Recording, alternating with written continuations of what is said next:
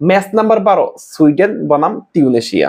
Sweden শারীরিকভাবে শক্তিশালী ও সংগঠিত দল। সেট পিস, কর্নার এবং ফ্রিকিক থেকে গোল করার ক্ষমতা ভালো। ইউরোপীয় দলগুলোর বিপক্ষে খেলার বেশ ভালো অভিজ্ঞতা রয়েছে। ডিফেন্স সাধারণত শৃঙ্খলাবদ্ধ। অন্যদিকে টিউনেশিয়া ডিফেন্সিভ এবং কাউন্টার অ্যাটাক ভিত্তিক ফুটবল খেলে। বড় দলের বিপক্ষে ম্যাচ দীর্ঘক্ষণ গোলশূন্য রাখতে পারে, তবে আক্রমণ ভাগে ধারাবাহিক গোল করার একটা সমস্যা রয়েছে।